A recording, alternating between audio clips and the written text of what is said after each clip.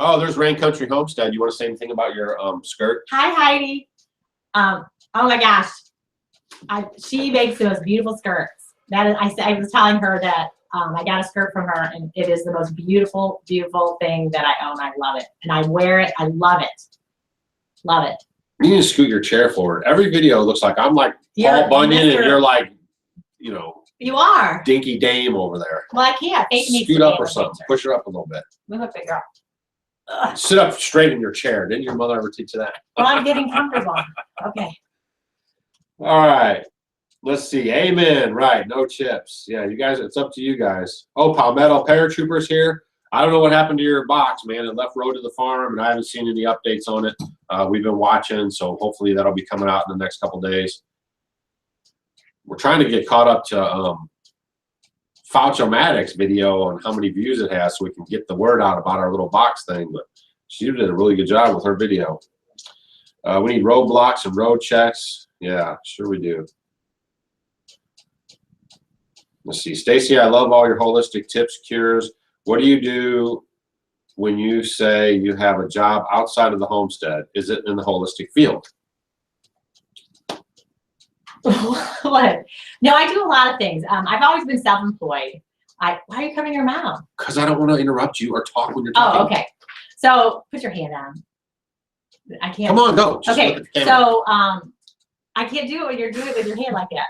So I've always done a lot of different things. I've always taught group exercise classes. I teach a lot of corrective exercise classes.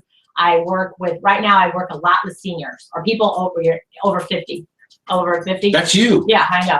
So, and I do a lot with corrective exercise, just kind of moving. I'm really into functional movement. I do holistic coaching with people. I have clients that I go into their homes and I work with them, you know, with their nutrition, their cabinets, you know, whatever they have, just kind of helping them that way.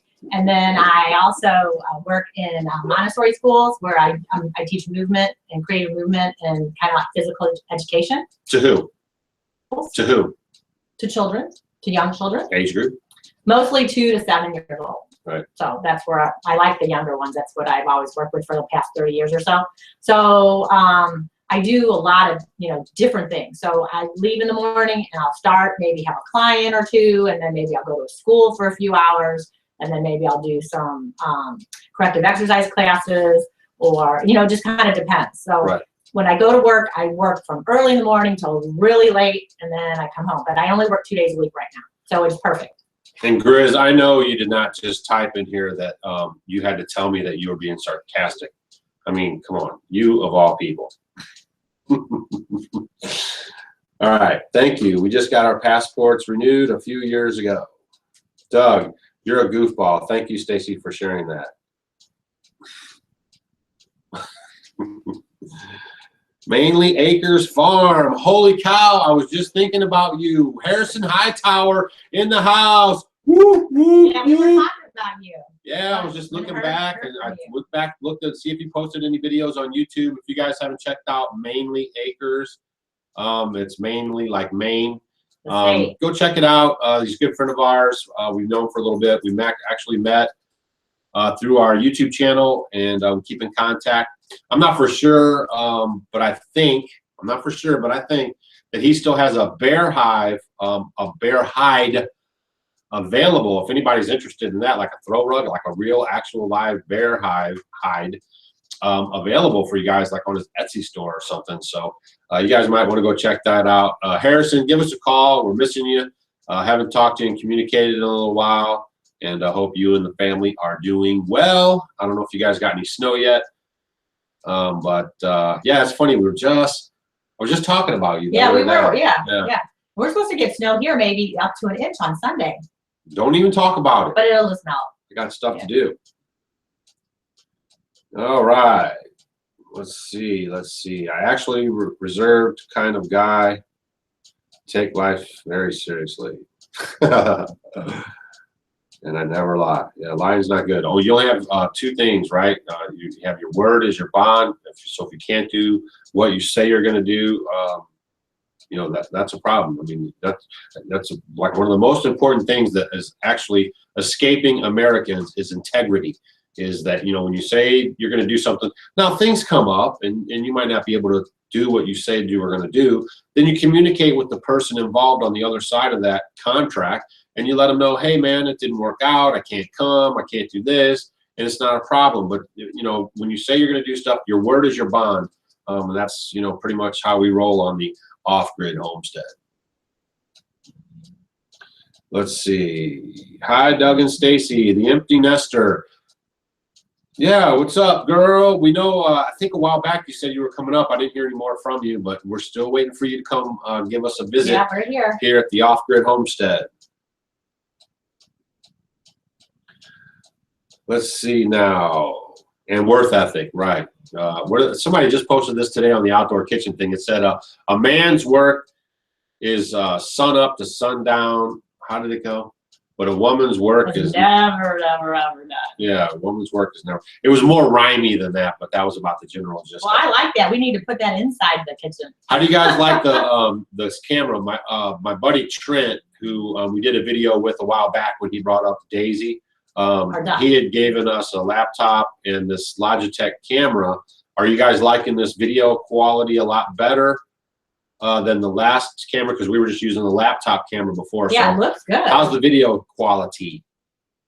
We're off grid with no solar. Yeah, because I always told him when we were doing those, it looked terrible. It looks like he was like in a dungeon in a hole somewhere. This looks a little bit better.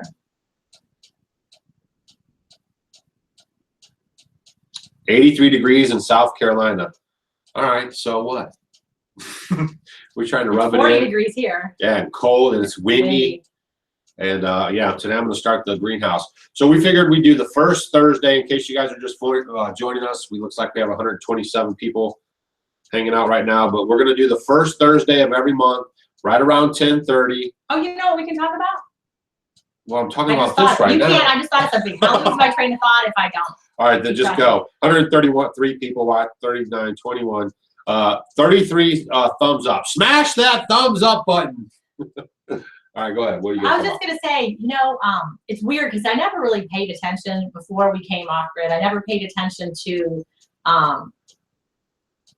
you know, the weather as much because you know we're in it more, you know, and you have to be aware and you have to be prepared for your animals. You know, when you're feeding and you're watering and when you go and do things, but like the weather changes, you know, from spring to summer to winter to fall and all those, you know, you really have to get used to it because, you know, it was so warm and then all of a sudden it starts getting cold, you have the wind and you got to do your chores and about, you know, kind of getting used to bundling up and then the days are shorter. Well, it's because when you're on grid or, you know, living in a regular house, your environment's climate control, air conditioning, heating kicks on and off, you have lights every time. But you know what, I guess when it took us, that was some transition to get used to, you know, our first year, second year. And then this year, and I don't know what it is, but I think this year has been really hard for me because now it's getting dark at 4:30. Yeah. And I cannot get anything done. It's like the animals are looking at me. Right. And it's crazy. And you just have so much to do. And then at 6 o'clock, we're sitting here ready to go to bed. Yeah. But it's been a really hard transition for me this year with this time change. But in 21 more days, because today's December 1st, in 21 more days, we start getting longer days. The days are going to be longer. So that'll one thing I notice is the way we're facing right now is south, right? So the sun always comes this way, and then it goes down that way. It might be opposite on how you're seeing it right now, but you can notice like in the summertime, the sun is way over there, and then it, you know, by noon it's like right above us. But now it seems like at about noon it's like over here, and so I lose my daylight. I mean, it's crazy. It goes in the days. You know, when they say when you get older, time goes really quick. Yeah. I can't believe it's just. Can you guys believe it's December 1st? It must be the first Thursday of the month. Doug and Stacy's on. Yeah, but the year is just fine, but the days are so short, and it's really messing with me this year. Yeah, and I can never get anything done. I mean, it's like, oh my gosh, I just got done with our breakfast, and then it's time to cook again, and then you got the animals. And I'm always like, what's for food? What do we eat? Yeah, that's all he does. He comes in and he's like, so I burn a lot of calories. Ooh, man, I'm a little sweaty right there too. TMI. Too much information. So the Indiana homeschooler wants to know about the strum stick. Yeah, I mean, I haven't really messed with it that much. We still have 2 videos ago. If you guys go, The All-American Sun Ovens, we still have our coupon code for that, and we also have the coupon code for the Strum Stick. It is really easy to learn and to mess with. So if you guys want to, you know, get for a kid or something like that, they even make smaller ones for kids. It's just a great little thing. And then, you know, there's like with the guitar, sometimes you can get frustrated. And he hasn't gotten frustrated with this. He plays it all the time. He'll just sit down and start strumming on it. But just like dumb stuff. I mean, just stuff that's random, you know. And I haven't really learned like songs or anything. But I would say, you know, it's just a really good thing to use. And again, go to thestrumstick.com, type in coupon code off grid, and you can get your savings on checkout. Let's see here. If one thing doesn't work, then try another. Learn from people like Doug and Stacy. That's right. What's our middle name? Flexibility. Elasticity, flexibility, yeah. I mean, and just remember, like we always say, we need to get that like somewhere so people can see it all the time. Be solution focused. Don't be problem focused. I went to a workshop years and years ago. How'd you get there? Did you ride a horse and buggy? I don't think so, but and it was really one of those things that I came home and I told him that, and you know, it really is, it's like our motto. I mean, it really is, because if you look at that, say it again, be what now? Be solution focused, not problem focused. Right. It's huge. It really, you know, to change your life, your whole mind. To really change your life. We just recently got contacted by a subscriber, and I mean, he's just having a hard time. He has a young daughter. And I mean, he surrounds himself with negative people, and you know, he's just like being weighed down by all that. We had a great conversation. We're trying to help him out to flip that switch to positivity. But you guys, I mean, misery loves company. And even in these videos, I mean, there's just people that are, you know, not happy with their lives or anything, and they're just negative all the time. And you know, they leave crazy comments and thumbs down. I mean, I got 4 thumbs down on yesterday's video when all I did was talk about naming the outdoor kitchen and put a survey out. So don't see, that's what another thing, YouTubers, you know, like you get 1,000 watches on your video or 100 or 200 or whatever, you get comments, people are like, oh, that's great, or whatever, just positive reinforcement comments. And then you know, thumbs up, you know, 4, 5, 10, whatever thumbs up. And then there's like 1 or 2 or 5. Well, see, everyone focuses on that. That's what I'm getting at. Hold on, let me finish. And then there's 1 or 2 or 3 thumbs down, and they're like, why are they thumbs down to me? Forget about it. You know, be happy that all that other stuff. And again, in the comment section, I'm not talking about people that say, oh, why did you do it that way instead of doing it this way? Or, you know, challenging what you're doing. I'm just talking about people that are like, you know, dude, shave that beard, you look like a bird's nest crow or something. I mean, just stupid stuff like that. Because I like to go to other channels in the comment sections, and I'll challenge what they're doing if I think that what they're doing, you know, isn't cool, or offer my suggestion, and then people still get upset about that. That's not what I'm talking about. I'm just talking about like a hateful kind of personal attack kind of comment that's being left. And you were saying? I was just going to say, you know, in day-to-day life, I'm really into like positive affirmations. You know, saying things, maybe they're not true at that moment, but they will. And the more you keep saying these positive affirmations in your life, they will enter your you know, your body, your mind, and they will happen. You know, like I am strong, I am courageous, I am, you know, kind, I am healthy. Today's going to be the best day of my life. I'm alive, I'm alert, and I feel great. I mean, you wake up in the morning, and that should be the first thing you start whispering to yourself. We used to do this. I was in sales. I left home when I was 15 and a half, turned 16 on the road. I told my mom I met these people, and they were selling magazine subscriptions door to door, and I was going to take that job. And she said, you must be crazy. And so I took my toothpaste and my toothbrush and my stuff, and I packed a bag, slid out the back door, called her from Chicago, took the job. So one thing we learned about is positive mental attitude, right? And in that job, I mean, it was a pretty harsh environment, right? So it's like if you did not go to work and sell magazine subscriptions, I mean, basically you did not eat.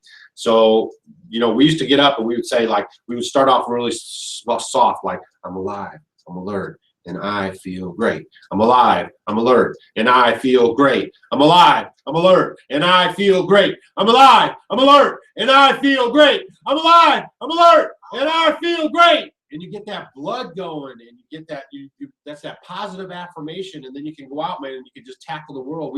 I would stop people just like in downtown San Francisco and downtown LA and all these downtowns, and stop these like high dollar business people and give them my sales pitch, and then walk them to the ATM machine and you know, have them pay for their subscription right there on the spot, and just cash or check, or I mean, so it was a very powerful sales environment. So in case you guys are wondering, but I did that all the way up, man. I mean, that's what I did all the way till my like late 20s, almost 30 years old. So it was just a great sales experience. But I'm telling you that the positive mental attitude is so good. And then if you can attach a little fortitude with that, to where you just go for it, I mean, you can really do things in your life that you never thought were possible. So this is what you guys should do.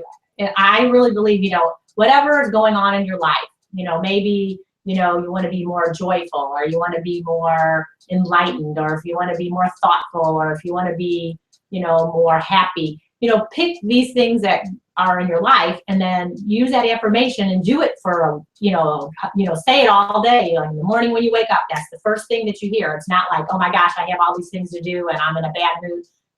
You know, start your day off good like that. Pick an affirmation that works in your life, and then say it throughout the day. You got to believe it. And the more you say, because, you know, when you're sleeping subconsciously, these things that keep going in your head. That's why you lay in bed all the time, and then your head's like rolling in all these millions of thoughts. But these positive affirmations, the more you keep saying them, they will come true. Right. So and even if you do that and you buy into 60% of it, you're 60% better than you were before you even started. And Mr. Rain, no, it's not chanting. Chanting's something totally different. All right, somebody wants to know how we grew our YouTube channel. Hustle, baby. You got to hustle. Tell him. You do. Yeah, you hustle. He does a lot. Hustle. You know, we started doing our daily stuff. Well, yeah, the thing that really helped was to do more than like every once in a while. Yeah, you got to go to other channels, leave comments, leave intelligent comments, and then people come check out your channel. I'm on Twitter, we're on Instagram, we're on Facebook. Yeah, that helps. I mean, you got to hustle. Because every time you would do that and you'd add one, it really helped. That's it. And then anything that YouTube offers, you know, we're going to go to that. You guys saw last year or this year, we went to YouTube. We did some stuff with them. We have more stuff planned with them coming up. So stay tuned for that. But you have to hustle, because, you know, I don't know what it is, especially with homesteaders and off-grid or whatever, but, you know, it's like Debbie Downer on making money on YouTube, like, oh, you can't really make money on. Yes, you can. Okay. And not only can you make money on YouTube, but you can spin that off and then make, you know, money for yourself. You could provide stuff for Etsy stores. You could have a website and have t-shirts, Homestead Homies. You know, so there's ways. And then what that does, it's not something to be frowned on. It empowers you so you can live your life on the homestead. And do what you love. Produce the videos for you guys to learn, and you have your channel, you're producing videos, people are learning from that. You know, we were a small channel once too. We had a couple hundred people, then 1,000 people, then 2,000, then 5,000, then 10,000. So, you know, you can make, you know, you're not making a great living until you really get into the numbers. You know, I mean, if Cody over at Wrangle Star is making a good living, posting videos on YouTube, selling merch, and then helping people learn and basically entertainment, right? I mean, it's basically what it is. The YouTube is the new TV. So you're providing entertainment. When you guys come to our videos, we don't want to be like kicking cans and boohoo. When you guys come, we know a lot of you guys that aren't homesteading or living off grid. You're looking for an escape. You know, you want to watch our stuff, get some good stuff out of it. You know, check out the animals, you know, and just have a good experience. So that's what we try to provide in our videos, as well as like we're showing you how we're building stuff and all that stuff. But I mean, you can do it. So, but you just have to stay with it. It's not, you can't just post a video on YouTube and think like everyone's going to start showing up to your channel. I mean, there's a lot of channels out there, and it's growing every single day. It's kind of like Facebook. This is just a baby right now, and it's going to grow and grow. Yeah, and grow. I think YouTube, yeah, it's just right in its infancy right now. So if you guys are doing YouTube stuff, you know, keep doing it, be consistent, because a lot of times it's like, I don't know if I want to keep doing this, you know, it's not doing anything. Be consistent. I always say consistency is the key, and just being tried and true, just being there, showing up for the job, even though sometimes, you know, it's like, oh, this is hard, but eventually it does pay off. No, I do not have all the wood ready. But I mean, I have a lot of dead standing trees that have been dead and standing for a year, 2 years. So I will be getting on it. I'm going to start the greenhouse, and then I'm going to be like 1 or 2 days a week cutting wood. So I'll bring you all along so you can watch me cut wood. You started the greenhouse today. I'll have to come up with some cool editing stuff so you guys can watch me cut wood and not be bored out of your minds. I need to call Eric from Life in Farmland and just have him come down here and spend like 4 or 5 days with me just cutting wood. You need a wood splitter. Yeah, well, that's later on. I still got a good back and strong muscles. All right. What church or organization do y'all fellowship with? Snuck that in on me. None. We do our own studying. We do our own thing. We have people come up to our place. We don't do the church thing. And we're in a whole probably different space than you guys are. A lot of you guys are with understanding actually what's going on in the scriptures. And we'll just leave it at that. YouTube, real people doing real stuff most of the time. Yes, Mr. Rain, that's true, unless you watch channels that just kind of sit around and talk like we're doing right now. You know, they're not really doing real stuff. I mean, well, the thing is on this, you know, asking questions. Yeah, this is a live show. You ask questions. But I mean, if you watch a channel all the time and they're just kind of hanging out talking to you all the time, when I go somewhere and spend some time, sometimes I'll watch that kind of stuff, but for the most part, I want to see and learn and watch how the whole thing takes place. Yeah, YouTube is phenomenal for learning anything you want to learn. It really is. Okay, I'm about to get 5 acres. Cherish each day. I'm about to get 5 acres in something. Any advice to a person over 50 living alone to start the homestead? Yeah, start it. Get on it. I mean, just do I'm 49. She's 57. 54. So I mean, you know, as long as you're in good shape, get out there and get some. But you know, even if you're not, you can get in good shape, because you know what, do a little at a time, or even hire people around or barter with them. Yeah. Whoever's your neighbor for you can do this. It can, and just don't expect things to happen so quickly. What's our other saying? I don't know. Give me inch by inch. Day by day. No, inch by inch is a cinch. Yard by yard makes it hard. So you just tackle the little stuff, and then it builds up to be the big stuff. That's all you got to do. Yeah, because you know, we look back. You know, we had, when we first moved here. This is kind of a funny story. I guess some guy had driven over doing the aerial photography, and he had come here. Remember? Mm-hmm. And how much did he want for the picture? They took a picture like right when we moved. He wanted about like $150 or something for this little picture. For this picture in the frame, and I'm like. And it was kind of a neat thing because I got it, but I was like, dude. You paid him $20. Yeah, I'm like, dude, you're gonna leave here with a picture of my farm because I'm not paying that. So let's start working on how we're gonna get this down to a point where I'm comfortable enough to give you money. So he's like, well, I don't know. You know, first it was like $100, then $80. Well, then you know, oh, this has a frame on it. I'm like, I'm not even interested in the frame. It was like $20 by the time he left, and then we got the picture of the. So then the thing is you go and you look at the things that you start doing. Like we go back and look, you know, after the 3rd year, 4th year, 5th year, and it's like, oh my gosh, we really did do a lot of stuff. And you think that you're not doing anything, but the, you know, more you just keep nipping at it, it just gets better and better. What's up, Howard Case? Are you at work slipping in on computer time at your work, or are you off today? We gave away that honeycomb and honey to House to Homestead. In case you guys are wondering if you missed that video. For some reason, some people missed the video where I plainly said, it's time to name the kitchen. And then you guys were leaving all those names to the kitchen. And some people were like, well, I never even knew they had a thing. I've been waiting on pins and needles about it. All right, somebody says they're 28 years old. They want to start a homestead. But will this be unrealistic with pursuing a career and starting a family too? No. Just get in there and start pecking away at it now. This is a great time while you're young to lay that foundational work. You're going to meet a woman who likes that same kind of stuff. You're going to have kids. You're going to bring them up in that environment. If you hesitate right now and then you meet someone in a little bit and they're more city-minded, then now you got a whole nother bag of tricks. So start your homestead, even if you're not living there full time. Start getting your infrastructure in place. Meet that special someone. And then, you know, start to grow your family, teach your kids these ways, and keep watching Off Grid with Doug and Stacy. Yeah. Yeah. All right. I'm 32, full-time career and part-time job at a nightclub in the city. It's not impossible to pursue family life and a career while working on the homestead. That's right. You just got to put on that multitasker. Oh, that's 5 Acres of Freedom. Yeah, he's you guys, he just started his YouTube channel. You might want to go check him out. 5 Acres of Freedom. He's right now putting in like driveway on his homestead. He just bought his land. So he was showing some videos. We stopped by, checked him out, and he was getting his stuff stuck in the dirt and stuff. And he had some rock delivered, and that guy got stuck. So it's been kind of challenging for him, but he'll get it hammered, and that's just a little speed bump on the highway of life.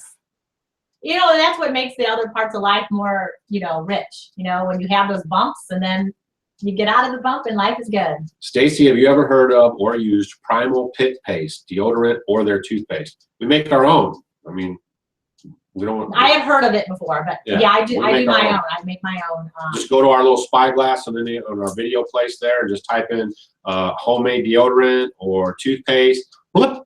I think we just did one. Yeah, but I make a tooth powder. I don't like the paste. Sometimes the paste, you know, they have a shorter shelf life when you mix them together. So I make a tooth powder, and I make it with bentonite clay and baking soda, and some like cloves and cinnamon, peppermint oil, and I just love it. So it makes my teeth feel so clean.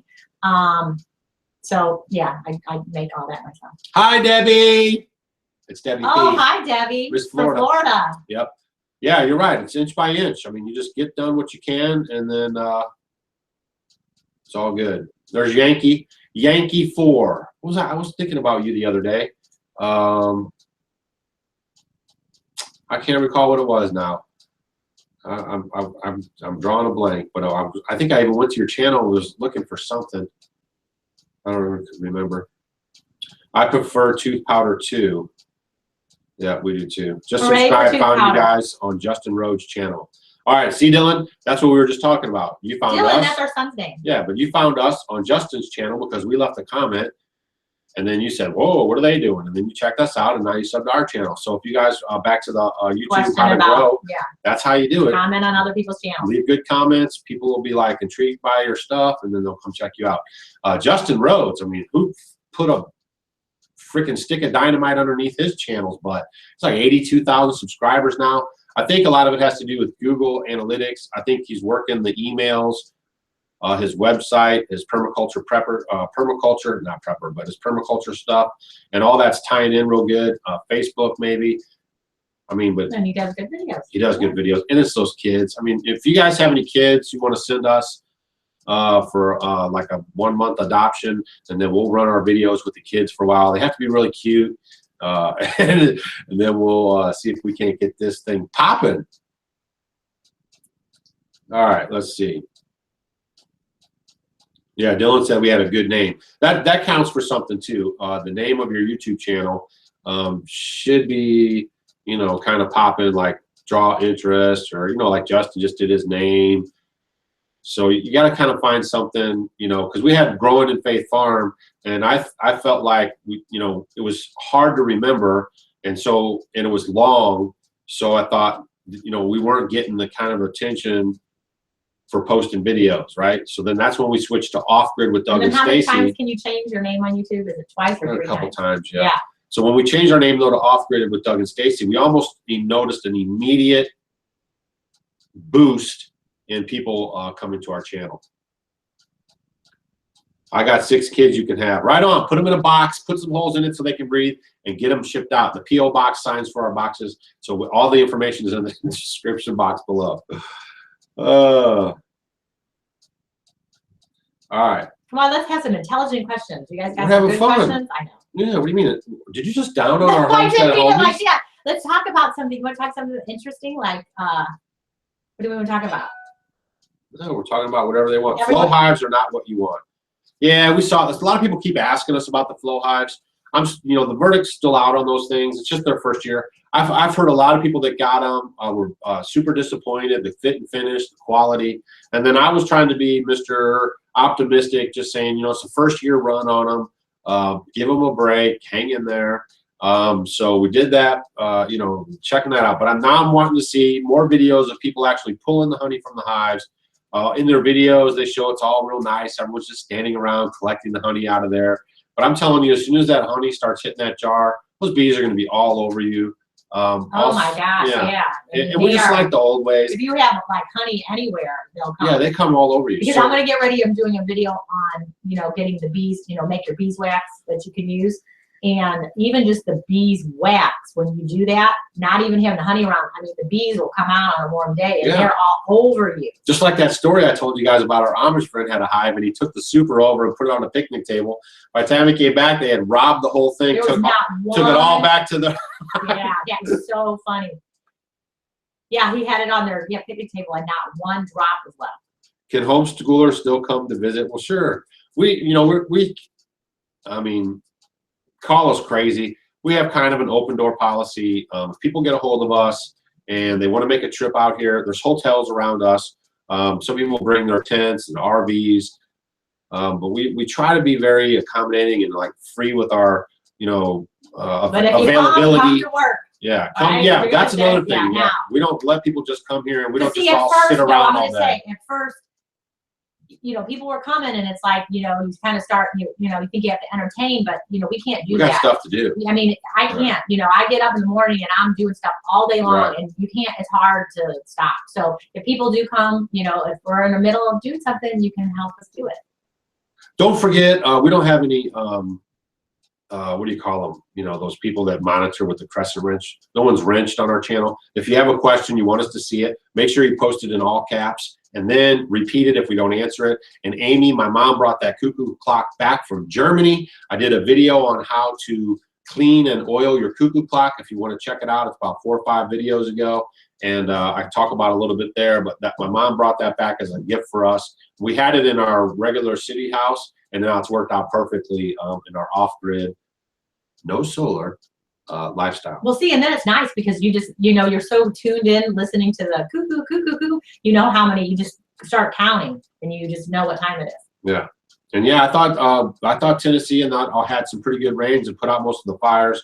Yankee's saying that he needs some prayers for his mom and dad. The fires are getting close to their house.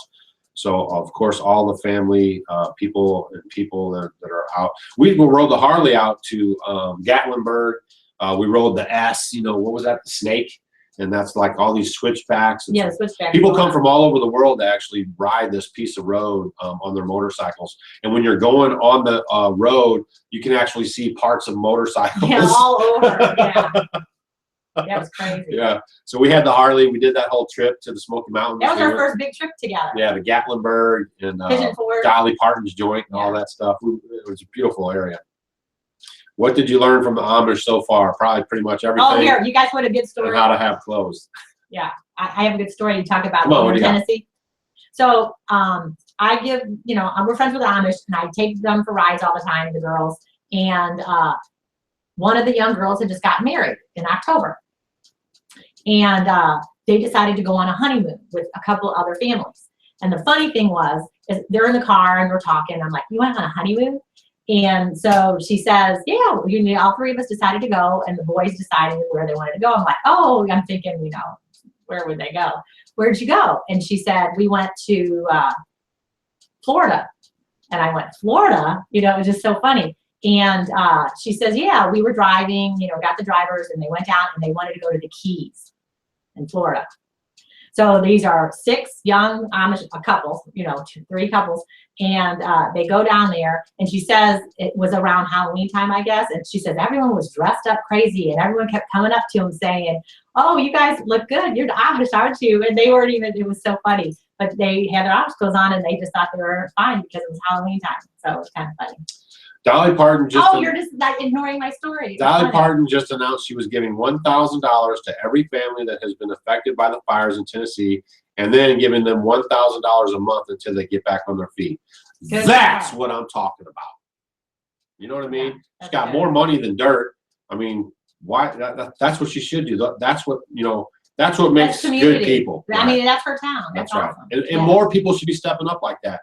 And doing, you know, those kind of things. You know, if we had money like unbelievable, like, you know, Dolly Parton money or something, that's kind of stuff we'd be doing, man. We love that philanthropy, like helping the fellow man type stuff. And that's why if you guys have that much money, you know, make sure you help us. All right, I have a pendulum wall clock from the 1870s. Can I clean it with the same way you did? I will not say yes or no to that. I think pendulum clocks are totally different. I would take that to the clock man. Cuckoo clock is pretty simple. But I know the pendulum clock, there's something different there because the weights, I don't know. I can't speak to that. Try YouTube. Might be some good videos on it. All right, Doug had me hand me a wrench so I can remove the trolls. Do we really have trolls, We Tree Bonsai? I don't even know how to hand you a wrench. So I don't even know. Is there some trolls on here? That's a shame. Let's see. Could you share what your average monthly dollar expenses are? Cheap. I mean, I don't know. We don't really sit down and, you know, work out that kind of stuff. I mean, what we need, we get, and you know, that's just it. It depends on what's going on in the month. Right now, our expenses monthly are a little higher because I'm building outdoor kitchens. I'm building greenhouses. I'm doing, you know, a lot of stuff going on. So. Yeah, we need to sit down and do that. We haven't really done that. Let's see. Do your kids that are grown up, or do you have kids? We have 3 children that are fully grown and all married now. Our youngest just got married. We did. Yeah. So yeah, they're all off doing the family thing, the serve the country thing, the, you know, whatever they're doing. So yeah. But I'll tell you this: if we had little kids, we would have done the same thing and not even batted an eye about it. Yeah, I know. That's the one thing, you know, we talk about. Is there anything you wish you would have done? You wish you would have done this sooner. We wish we would have done it with the kids when they were littler, because, you know, even now with the grandkids coming up here, I mean, they just love it. Yeah. Charles, you can probably find these on Lehman's. Yeah, if you guys aren't get the Lehman's catalog, it's a non-electric catalog from Ohio. Yeah. From Ohio, aren't they? Yeah. Yeah, it's a great catalog. They're a little expensive on some stuff, but you know, but if you have Amish around you or something, you can get these hats. They have stores and stuff. I mean, that's where I get my hat from. Amish stores are phenomenal. Yeah, they are pretty good, and they're budget friendly. So if you guys yeah, very inexpensive. How did you guys settle in Missouri? We're both from Missouri. This is where we grew up. I came back here from California, and she went to Florida and then came back. So we're both from Missouri. It was an easy deal here. And my mom's still here, and her mom was here, and her aunt's here, cousins. So, you know, leaving here was, you know, we could have, but, you know, it's a good homesteading state. It's an open carry, no permit, concealed carry state now. Good on homesteading, 99% good on homeschooling. So it was just an easy fit for us. Yeah, we wanted to really move out. I mean, I really did. I wanted to move out west. Yeah, but it's like Montana. I love it out there. Yeah, but you can't grow nothing. Yeah. I mean, this is good growing season, decent heat, decent cool. I mean, it has all the best of everything. Yeah. You don't have really long seasons. Low taxes, low cost of living. Don't move here; you'll jack everything up. just so you know. Have you noticed any decline in your pollinator population in recent years? Not really. We have butterflies, we have monarchs, we have they have really hummingbirds, bees. Monarchs, you know, are having a lot of trouble. So I know we have you know, the botanical gardens and the butterfly houses, all that really have been doing a big push over the past few years to get more wildflowers out for especially the monarchs. So I've noticed the past 2 years our monarch populations have really went up because we were really low on them for a long time. But I've noticed last year a lot more butterflies. I think they're kind of going up actually. Mr. Rain, our property taxes are $10 a week.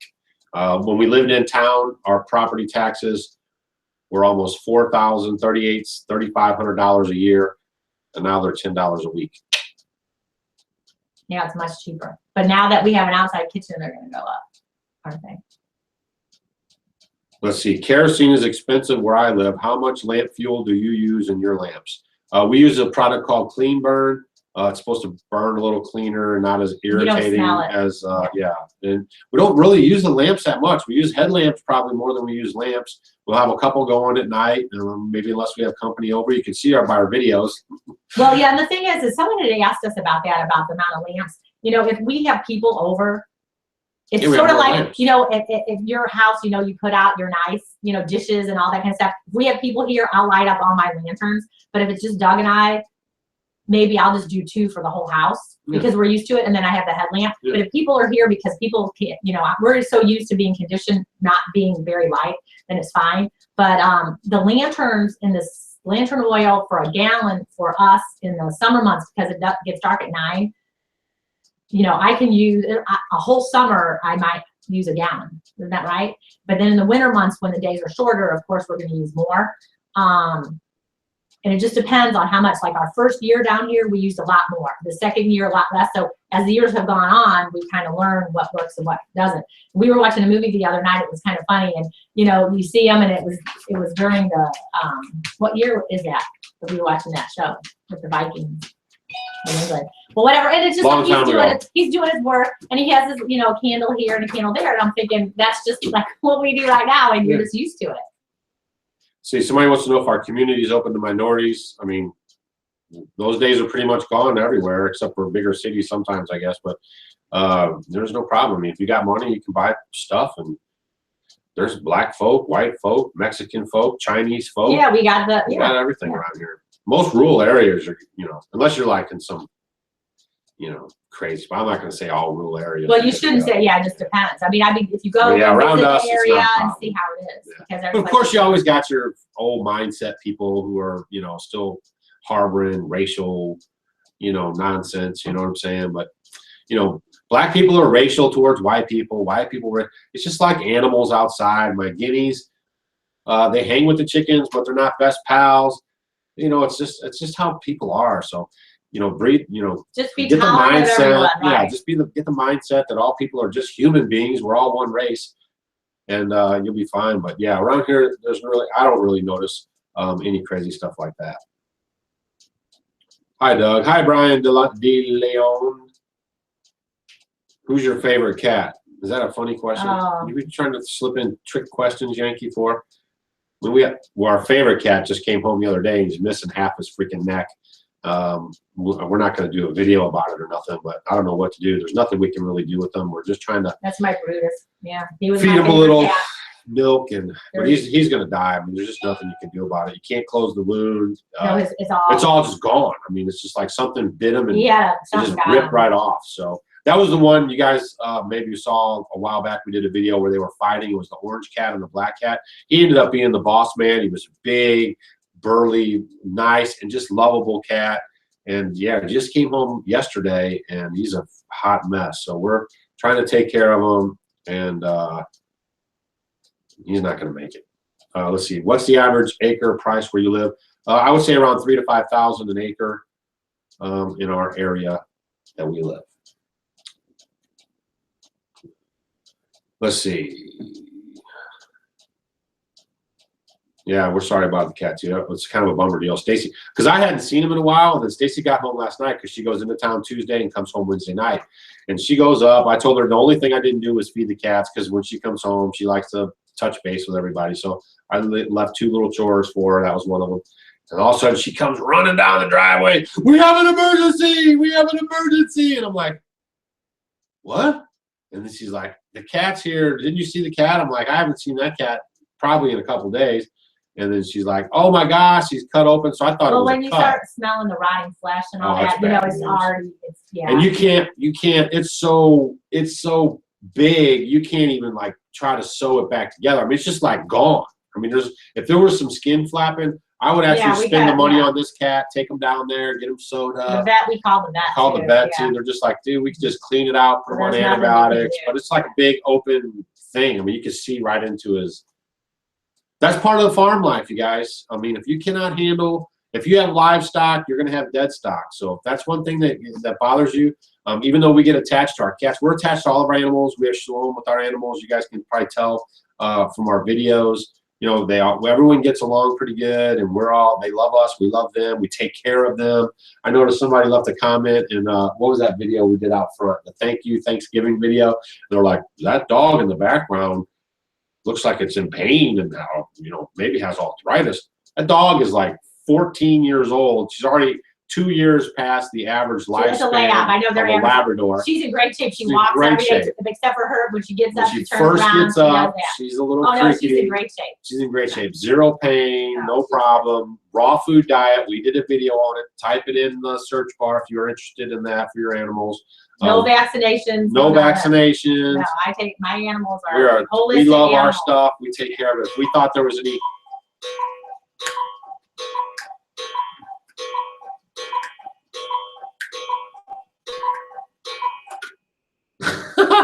All right, you guys just got cuckoo. We're running a little bit fast on our clock there, aren't we? But if we thought there was any problem with our animals, we take care of them. It's no doubt. There is areas, there's lost leaders, you know what I mean, where we'll spend too much than what the animals were. So you just do the best you can. But, we totally take care of our animals around here. And then, let's talk about this. I know a lot of you guys as homesteaders, you raise your animals and then you have to, it's got to eat them. And sometimes, it's harder. For her, the hardest animal on the homestead. No, it's not. Let's see if you can guess.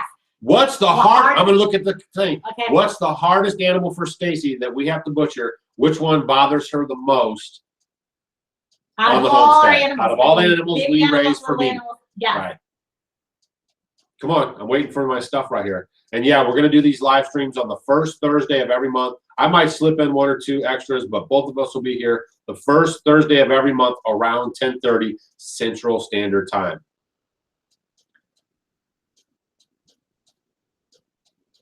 All right, Yankee 4, go get them. Go put out that fire. All right, I'm waiting on you guys to leave the comments on what you think the hardest animal for Stacy to butcher on the homestead is.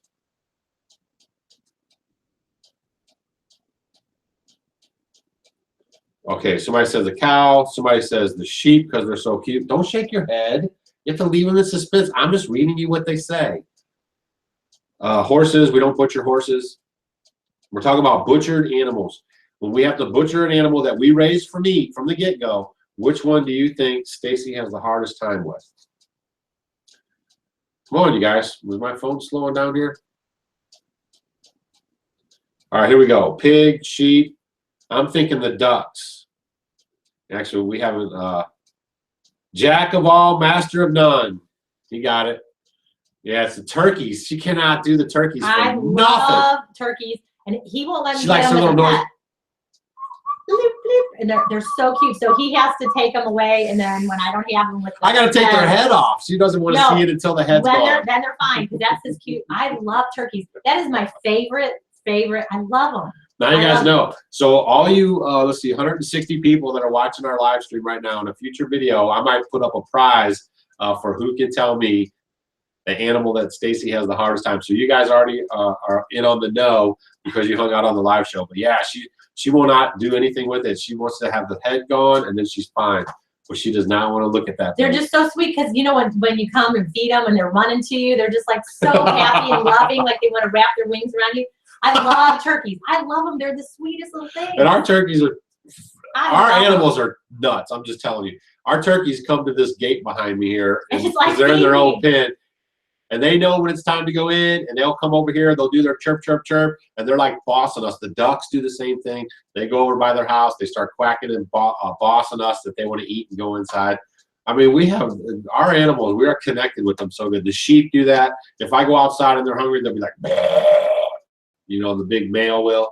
And they're. But you guys get into this like kinship with your animals, and they know you and you know them and all that. But I know, a lot of people do their own butchering, and it is harder with other animals. So what are some of you guys' animals that's hard for you to do? I know she didn't care for the ram. No, we like this one we have. The one that bucked her the one time when I went out of town, that ram was gone. We sold him to somebody else, but we have a new ram. Oh, he is the boss. Well, you better watch him. I mean, all rams. I mean, you turn your back on them for a second. I went in there yesterday. And I was like, I get comfortable around him because me and him have an understanding. Yeah, no, you don't. And I did something, and I had my back to him, and I caught him right out of the corner of my eye, man. He was coming. And I turned around. When I turned around, he stops because we have this thing, and then But yeah, you have to keep your eye on your rams all the time. Yeah, the ewes you never have a problem with, but yeah, they're pretty funny. Try to find land that is already in a county ag or forestry program and keep it going. I get $900 a year off my taxes for having 40 acres in a forestry program. Right, and then that's what our neighbor did. Yeah, and you get a rural, designation on your property. You know, there's ways to do that. Even if you get it and it's like residential, you can get it flipped back to like a rural or something like that. Just contact your city and see what you have to do about it. I miss the turkey so much. They're greedy. Yeah, we're gonna do probably next year. We're not gonna do the these white breeds, whatever they're called, anymore. We're gonna go with heritage breeds like some bourbons or something like that. And then we're gonna get like 5 or 6, and then we're gonna keep 2, a male and a female, and hopefully they'll egg out and stuff like that. So that's the plan in the future. Because I really like them. 5-year plan. I don't know if you're asking us a 5-year plan or if you're saying you're on a 5-year plan. I'm good to have a 1-year plan, a 2-month plan, just playing something. But after 5 years on a homestead, you should start seeing some rewards. Yeah. And you're getting your infrastructure in place, and then you're just moving on to maintenance stuff. Like pretty soon, I'll have all this greenhouse stuff done, all these areas done, and then I'll be rolling around just checking my fencing. Repairing little things here and there. And that's what you want to do, especially if you're getting older, right? So you want to get everything in place, and then you can just tittle away at the maintenance stuff. Doug, do you ever talk about Torah anymore? Eliyahu ben Yahweh. Yeah, of course. But we have found that this channel, we talk about it. We have other channels that we go to and we talk about it.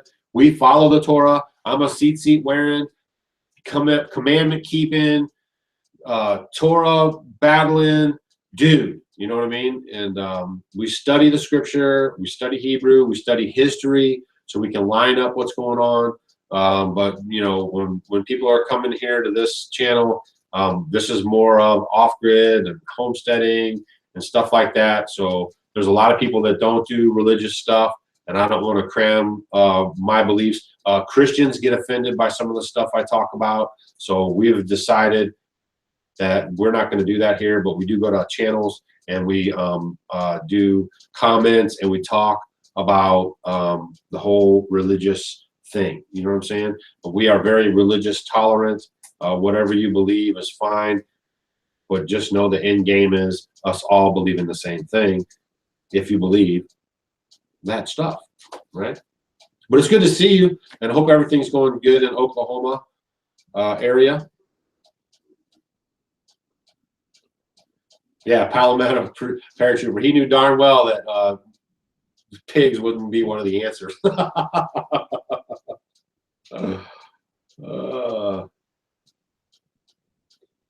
All right, let's see what we got here. Shalom, shalom. No, it's not Saturday. It is Thursday. What channel do you go to? All right, let's see. What's up, Penn Woodsman? How are you doing?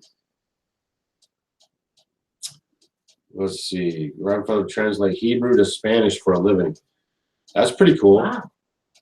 It's good to know languages. I mean, Americans are spoiled because we speak a language that is pretty much like the language of the globe. And then, to learn other languages is good. Spanish, Hebrew would be good. I mean, she speaks Armenian. I learned a little bit of that. I mean, but it's a lot of other countries. It's not uncommon for those people to know 3, 4, 5 languages. Stacy, do you use a pressure cooker? I do sometimes. I mean, I use it sometimes, and then I also have the water bath that I use, and then I like to ferment. But I have everything. I have all the nice little tools for everything. Lots of them. I don't know the names of some of them, but I have all of them. Because when we first moved here, when we were going with the Amish, and someone had asked something about the Amish, we had become friends with the Amish families, and then I would go with the ladies, and whatever they were doing, whatever they were preparing, if they were canning this or that, if it was tomatoes, if it was berries or whatever, and I was there. When I learned butcher, everything, I wanted to go there and help them with everything. So I watched how they did it. I watched how they did the pressure canning. I watched how they did, you know, whatever, their jellies. We sit around now. I mean, I have more in common with them. We sit around, we talk about recipes. They ask me recipes, and we kind of do all that. And so from them, I kind of learned, and then I started acquiring all the like utensils. So when I take them shopping, we go to resale shops, and they would always get these things. And half the time I didn't know what they were, and they would be getting them. And I'm like, oh my gosh, that's awesome, you know, to help get the skins from the tomatoes, and, you know, the things that they would crank up and do the noodles when you make homemade noodles. So it was a great thing that I learned from the Amish, and then I could kind of get these tools. And when I go to the Amish store, I know what a lot of these things do. And then I just kind of start collecting them on the way. So I do have that. Yes, I do. I don't use it as often as I know most people do. But my thing, and we're going to be eventually doing a root cellar, I will probably ferment everything. And I'll can some things, like my tomatoes and all that. And there's certain things, you know, and some meats that I would go ahead and use the pressure canner for. But I still prefer fermenting. So Dylan wants to know, what are the hardest parts about getting started on the homestead? You know, for us, nothing. I mean, you know, we have a mindset. Stacy knows. I mean, that's probably one thing that attracted her to me.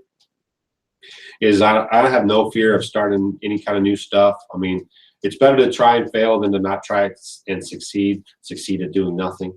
So any kind of new challenge or stuff like that, when we came up here, it was like, yeah, and we got right on it, learned stuff, learned how to build, learned how to put in fence, learning how to do all this stuff, learning how to live with no solar, learn. Can I butt in? Butt in, butter. When you guys are first starting to do this, I know some people are wanting to do it, or they're planning it, or some people are first starting it. You may be like, oh my gosh, this is hard, or, you know, this is, you know, it can get a little overwhelming. You know, there's all this stuff going on, and this, I think from a woman's perspective, it's a little different than a man, because you're a little bit more tolerant of things than like women. But when you do it, I mean, it can kind of get hard. Well, it is. Men are a little bit more laid back than women. Really? I think so. I'm high wired. Well, you know what I mean. You can take like stuff, because there's so much going on about cleaning and cooking and doing all this kind of stuff. It is. It's the truth, girls. You I know what you're saying. So I'll just have to tell you, the fourth year, fifth year, just stay true to it. It'll start. You'll figure out what works for you, you know, and what kind of gets the ball rolling and makes a smooth transition to the things.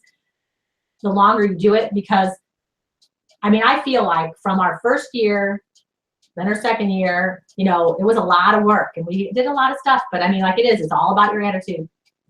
Like this year, last year, it has just gotten easier and easier and easier. And I mean, life is awesome. So here's somebody. Now listen to this comment, and then I want you to try to think who it is. Hey, Stacy and Doug, love your videos and live chats. I've learned so much from you guys. We'll be seeing all of you on New Year's Day. What do you think that is? Sounds like some random person leaving a comment on our YouTube channel. No, I know New Year's Day, what New Year's Day is. What? It's the reception. The what? The reception. Yeah, it's Bonnie Dobbs. You guys, Bonnie Dobbs, if you see her down in the comments, she's our cousin from Oklahoma on the Wagner side, and King Odom. I actually have somebody in my family whose name was King Odom. I mean, that was his name, King Odom. So that's our cousin down there in Oklahoma. She's our new biggest fan on YouTube. Hi, Bonnie Joe. And we see her every once in a while. She comes up, or we go down there and stuff. See, what do we use for a generator and lighting in your various barns? We use a headlamp in our barns for lighting, and we have just a little small. It burned up. Blah blah blah. I got a little small Harbor Freight generator now. Works great for anything we need to use. And it's very, you can hardly hear it, because the generator sound drives me crazy. It's sort of like fingernails on a chalkboard to me. And he knows, metal in a bowl. Yeah, he doesn't like that. But yeah, that little bitty generator has been great. You could hardly hear it. Yeah, so the guy that we keep our freezer at, he's a good neighbor. You've seen the orange tractor. That's his tractor. It's not my tractor. He let us borrow his generator. It's like this big 5,000 watt, you know, whatever. So it was loud. So she was negative on that. So I found this like $100 generator at Harbor Freight that runs off 2-cycle gas. I think BC Truck did a video about it a while ago. He might have been having problems with it, wouldn't start or something, if I remember right. But it's been running great, and it's very quiet, and we don't really use it that much. But you know, it helps out. Do you do your own wood milling? No. Hi, Doug and Stacy. You don't hear Odom very often, but it's my maiden name. There you go. Yeah, well, we might be related.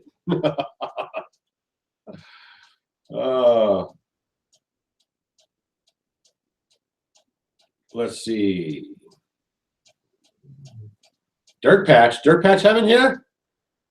Hold on, let me look through these comments here. Mr. and Mrs. Dirt? Huh?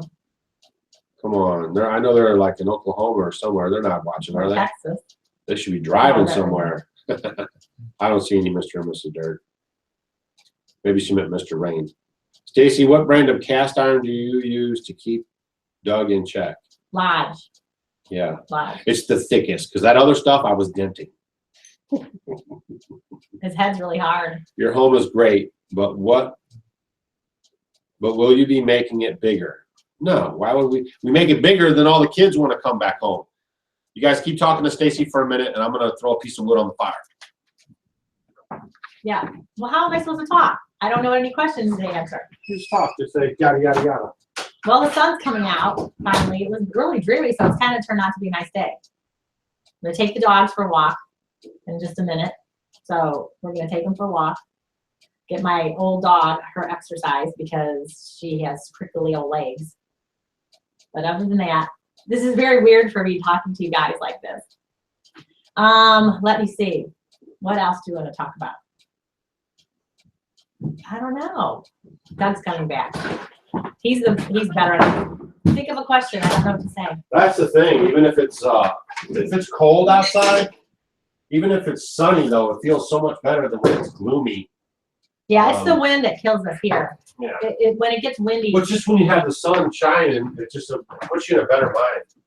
Yeah, and we have talked about this in previous videos, but when we moved here, you know, we were conscientious which way, you know, we wanted the door and windows and stuff facing south, kind of like the chickens, but we didn't realize behind us, the north is totally open field. So we get these horrible, horrible straight line winds coming, and it's really windy right now because something just blew across the pasture, and they're just, it's bad. So, and then we planted all these trees, you know, planted some back there and all around when we first got here. We got some big ones and a lot of them died. So we have one that made it.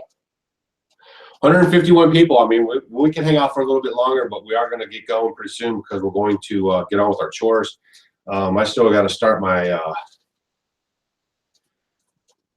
greenhouse. Want to talk about your greenhouse?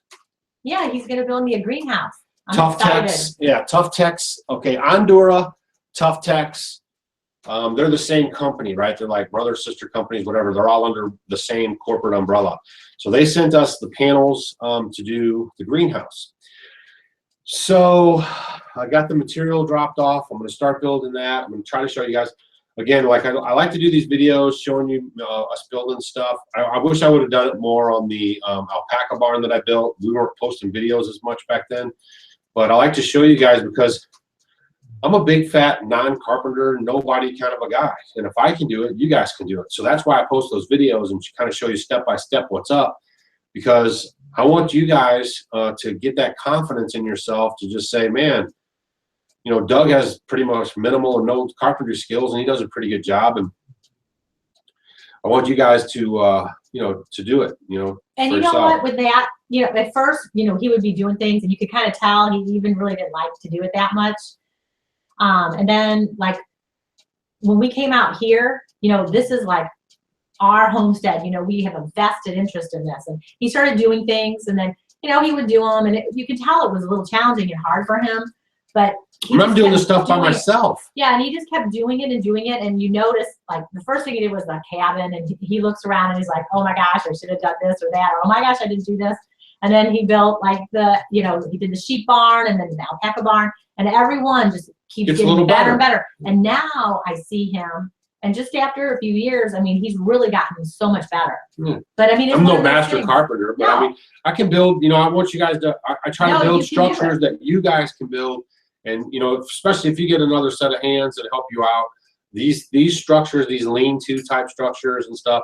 The A-frame that I put together for the chicken house was pretty easy. I just kind of do it in my mind. My buddy James, who helped me out on the outdoor kitchen, was like, well, where's the plans? And I'm like, well, dude, I'm just telling you, this is kind of how it's going to go. And you guys see it turned out great. So it's like the A-frame. I'd never built an A-frame before, and I had some wood around, and I know we needed another house, and I had some extra tin from the alpaca project for that barn.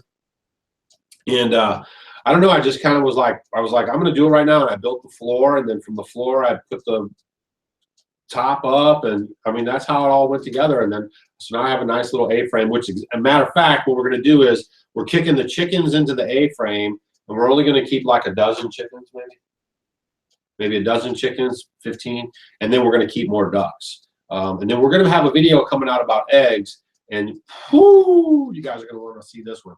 We're trying to get caught up on these,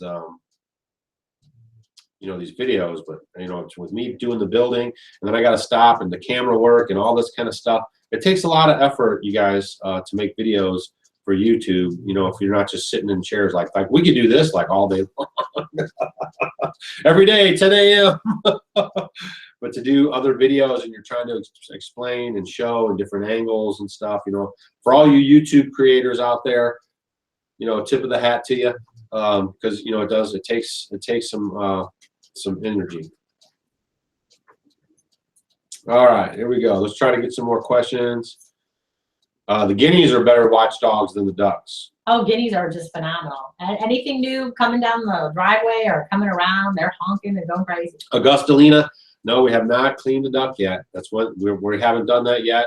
I do know that when they start shedding and redoing their down, you know, like their feathers underneath, that's a good time to do it. And that's what they're kind of starting to do that now. So we might have a video coming up where we snatch one up and, you know, and get it done. No, we don't do any wood milling.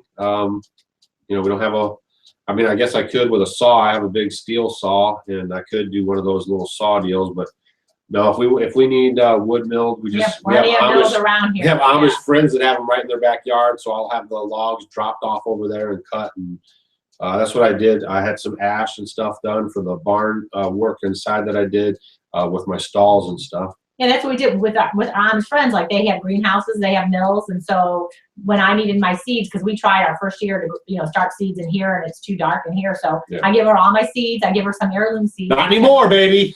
Yeah, now we'll do our own, but yeah, they would start all my starts for me. Did I say your name correctly? Was that pretty good? Doug gets brownie points. Whoop, whoop.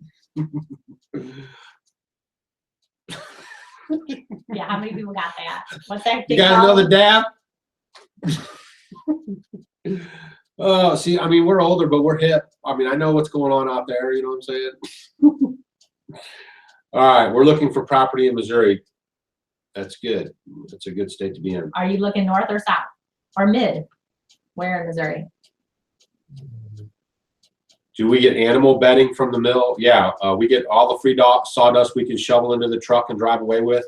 And then we use straw. We got straw for this year for free. Oh, yeah, our neighbor over here, the Doug Helps, they had done a bunch of straw, yep. And it was sitting in the field and it got all wet. So he couldn't use it. And he had given us some that was dry. And then he just came and scooped it all in our pile by our mulch. It's awesome. So we're going to use that for our backyard garden. So Jennifer, you will get roughly 200 eggs a year from a hen. You decide how many you want. Yeah. And you'll even get more from a duck. So stay tuned for that duck video. Yeah, because normally we've been keeping, because I sell eggs, we were keeping about 40, 50 chickens. But I really like the duck eggs. I think duck eggs have a very rich flavor. The yolk is just so wonderful. So I like the way the duck eggs taste. Oh, all right. We're getting a little bit of a lull here. Have you considered starting a Patreon campaign? We have a PayPal button in our banner on our homepage, and on the About Us tab, there's a PayPal button. If you guys are so inclined to send us some kind of contribution, which people do, that would be great. And we have some people that mail us stuff, you know, contributions to help us on the homestead, but we're not going to be starting a Patreon. I am anti-Patreon. I don't, you know, Anti-patron, what is that? I mean, I don't, other people have asked us and they've started Patreons. We're just not Patreon people. I don't want to have 500 freaking email hookups with bank accounts all over the web. I'm just not, I don't see any benefit to it. If you want to help us, help out the homestead on a monthly basis, you can do that. All you got to do is go to the PayPal link and hit that button for a donation. Don't use the Google thing because that's a little more, you know, it's not good for our homestead. The Google contribution thing. You want to use the PayPal link, or you can send it to the PO box. We have people that do that, and we appreciate you guys who do support our channel or buy our T-shirts. I mean, that means a lot to us because it helps us bring you guys videos. You know, I'm not driving Mercedes Benz off of it or nothing, or Rolexes like some preacher dudes do. You know, I don't want to go there. But all I'm saying is, if you do contribute to us, it helps. It helps. You know what I mean? And we put that money to use on the homestead. You know, we're not taking lavish vacations and buying Rolexes and stuff, or $400 sweaters.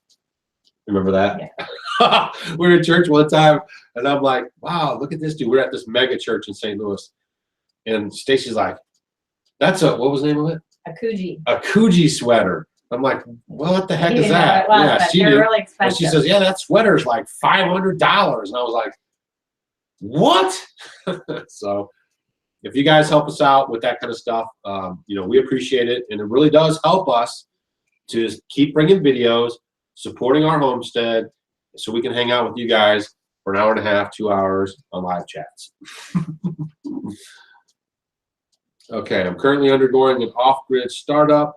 What would you say are some of the top 5 requirements prior to moving? I would say not even top 5. Just the number one thing is make sure you check all the regulations and the permits needed and all that kind of stuff. Don't move to any place that has permits, building codes, or anything like that if you want to live this kind of a free homesteading off-grid life. You know what I'm saying?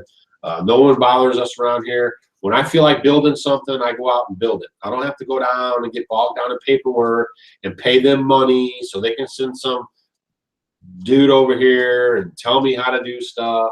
So just that's the number one thing. Make sure you have your water rights. Make sure, a lot of places require you to have a septic. You know, make sure you have all that in tow before you do anything too. Yeah, Raintree's right. She says solar is nice, but you're still dependent on electricity. We have solar, and we're still trying to find ways to go non-electric as possible. And solar is not always dependable. Here, I promise you this. You go watch any solar person's videos, Starry Hilder, Yankee 4, who else does solar power? A Fauchomatic, and you are going to always hear a generator running on their videos eventually. Even Do-It-Yourself World, Troy, had just did a video. He finally got his little freezer running, and then now his freezer quit working, his stuff burned up. I mean, I'm just telling you guys, solar power is not the end-all, be-all. It's not even really green. They say, oh, you get the free energy from the sun. If you guys have ever looked into the carbon footprint it takes to build a battery and a solar panel, your head would explode. So that's it's still not even cost advantageous for us that I found. For like we could get a small setup. What are we going to run? Some LED lights or charge up our laptop. I could do that just as easy with the generator. And if the SHTF happens, there's not going to be any internet or stuff like this that I'm going to need to power this stuff anyway. See, get it? If the SHTF happens, the internet's going to be down. I'm not going to be uploading videos to YouTube. Normal life as you know it is going to be non-existent. So I could give a rip less if I have gas in my generator to power my laptop and my cell phone, because this stuff is irrelevant if that stuff happens. You got that? Can that click with you for a little bit? And the thing is like if you raise bees, we have the beeswax. We can make our candles. I can extract it. You saw our extracting machine is all hand done. So I'm just trying. A lot of people are on us all the time about getting solar power.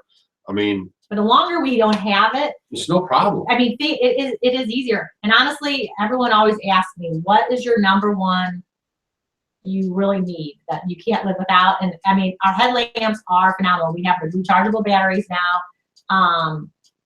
Headlamps are just phenomenal. Right. So we keep a little side gas So even if the SHTF does happen and the internet and cell phones are no good, you know, we can still power up and then, you know, charge our, you know, batteries or something, Right. or we can do without them. I mean, guys, people lived this way a long time before all these modern conveniences crept in and made people lazy.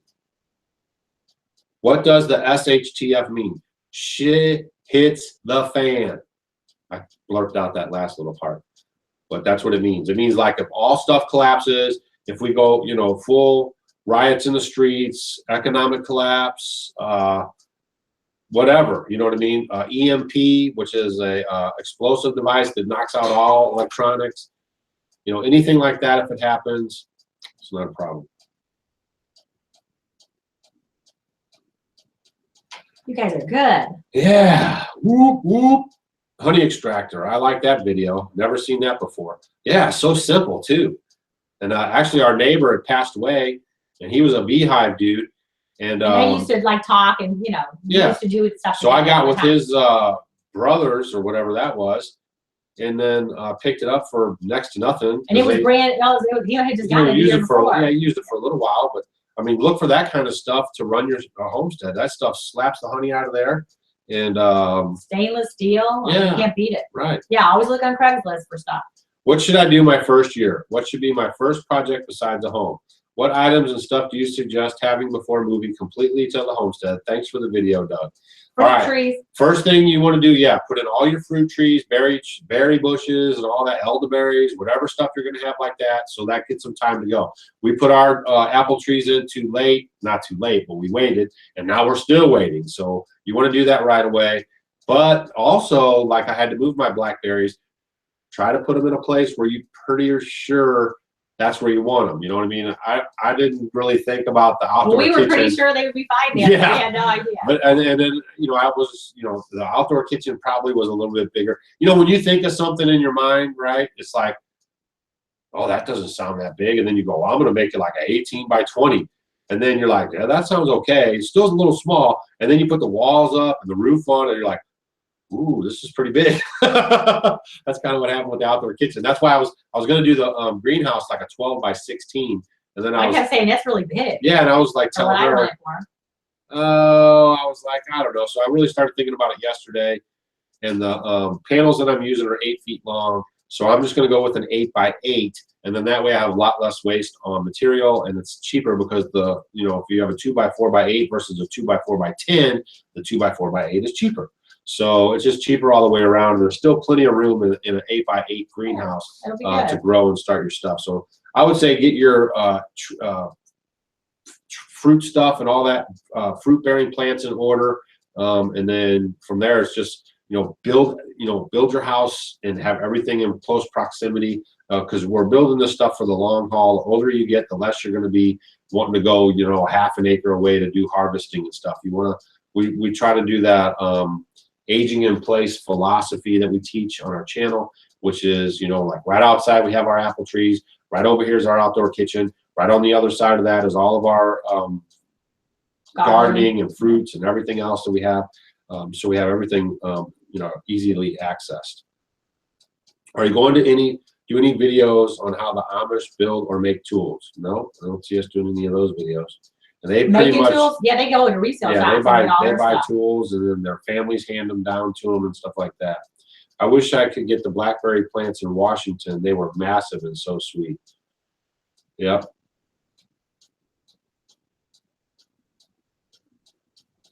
Right. It can take 5 years. 3 to 5 years is a normal on a about apples? Yeah, apple trees to start producing fruit. I think we're on this spring coming up will be 4, won't it? And I think we saw a blossom last year, but still no fruit. Well, what happened to them this year is the sheep got out when they were looking really good, and they trimmed them all the way up. So that wasn't good. Luckily, they weren't. Okay, you just started following us, Tennessee Belle. I can tell by your question. We have raised bed gardens, and then behind the raised bed garden, we have a Back to Eden garden area. We have some videos. If you just type in Back to Eden on our page, you'll see us starting the whole process there. When we first got here, I had a team of Belgians and we were plowing and we were disking and we were planting and sowing and reaping and all that stuff that way. And then the aging in place started to come to mind, and it was a lot of work. The Belgians are over a ton a piece, so they eat a lot of food in the wintertime. So it was just economically viable and also physically viable to move over to a less intrusive methods. Yeah. We have a lot of leaves here because we have a forest, so I can harvest all those leaves, put them on my back to Eden garden. Straws and all that stuff is pretty much in abundance, and you can work with pretty good. Mulch is a little trickier. Started the Back to Eden craze. Doesn't even use mulch anymore. If you go watch some of his most current videos, he physically can't do it anymore, so he's moved on to grass clippings and stuff like that. Let's see, if we won the lottery, what was the first thing we would do with the money? Good question. I would move. That would be the first thing I would do. Where would you move to? I would move to like 1,000 acres that butted up against to like natural forest, and then I would build another we'd have a log fun, cabin. We could have a fun for homesteaders. Yeah, and then I would build a log cabin. So I would situate my whole place. Probably still in Missouri, but who knows? But I mean, sky's the limit if you have that kind of money. So, but that would be. I would like to have more land, even land that I could care to never touch or see. But 11 acres is totally cool. I mean, there's parts of this property, unless I make a conscious effort to go touch it, I don't even touch it or go on it. But and then it would be neat to start like an education fund for people wanting to do this, because people are so out of touch. And we would give tons of that money away anyways. Oh yeah.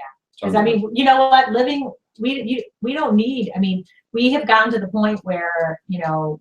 We are super minimalist. Yeah, I mean, you get, because I go to the store and I see all the waste with food and with just, all the stuff, but all these clothes, all this kind of stuff. I mean, it's like things that, that we've had over the years that I've kept. You just just keep reinventing it and doing it. And I mean, it really is, you don't really need much. So yeah, it would be neat to have a fund to teach homesteaders. All right, homesteader remembrance. If our neighbor has hive beetles, should we wait to get our own hives?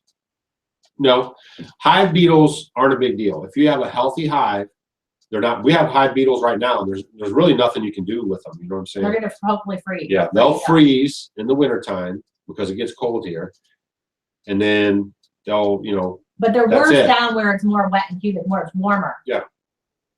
But if you have a healthy hive, it's gonna manage the beetles. I've heard they've actually have studies where the hive beetle will send off a pheromone. Similar to the bee. Yeah, and the bee will actually feed it. And so they're actually copacetic inside the hive together. Yeah. So they're really not that big of a deal. You just don't, if you have a weaker hive though, they will overrun the whole deal. If you have a weak hive or your hive dies and you see a lot of beetles in there, take the frames out and put them in the freezer for like 2 weeks, and then you can bring them out. And then what we also do here is you have to get the crystals. You can't use a powder or a mothball. You have to they have crystallized like moth stuff. Mothball crystals. Yeah, mothball crystals. And you just put a newspaper on top of each one of the hives, the supers that you're putting for storage over the winter. You lay a hive down, you put a piece of newspaper out, sprinkle some of that mothball crystals on that paper, put your next super down, put a piece of paper on it, put some more mothball crystals, and that'll keep the moths. The moths are probably worse than the hive beetles, the wax moth. So if you keep that out of there, you'll be in pretty good shape. So, but see, we don't have, I know people, we're not too keen on the hive beetles when there's a lot of them because they're more down south. Here we really don't have them that bad because then they'll die off too. So I know, I'm sure there's plenty more you can do if you had them bad. Let's see, Tennessee Bell, may I chat with you later? It seems you have a lot of knowledge I can learn from. Well, that's good. That's what we like to do. We like to bring people together. What do you use for pest control in the garden? Neem oil, soap and water. Yeah, Dr. Ronners and neem oil are my go-to for everything. Yeah. And then again, if you have healthy plants, you'll have way less pest problems. It's just like cancer on a body. Cancer attacks your body when your immune system is down, okay? So that's why people get sick. The healthier you are, the better your immune system is. And then you're having the proper vitamins and minerals and magnesiums and all that kind of stuff. Right. Same thing with your soil. If your health, the bugs are going to eat the leaves, they're going to do all that. If you have healthy plants, you're not going to have that as much. And then you have those minerals in the soil, you'll be good. Do we have a wish list for the homestead? No. Yeah. We just want to have it a good place for people to learn, posting our videos. We're going to open up a spot. You know, we're going to have probably like a 50-person exclusively kind of thing, because we don't want to have like 1,000 people here. We're not trying to have a conference or anything. But in the future, you guys look for us having like a 50-person exclusively kind of a thing where people can come for like 2 days, have crash course and stuff, learn how to butcher. We're going to build a guest house. That's going to be like for people that want to come for like 5 to 7 days. There's going to be cost involved in both for you guys to come, but it's going to be learning and educational, and you'll be hanging out with us. And you know, that's kind of our goal for like the next year, and then going forward. Wish list, my wish list is I want a root cellar, really, really. Oh, stay tuned. When I put this thing in, you guys are going to flip out. I've been doing some research, and I found a method that is going to be, you guys, I'm just telling you, man, just stick with us. We got some stuff coming on. Because, you know, okay, probably a lot of people ask what is the hardest thing for us now.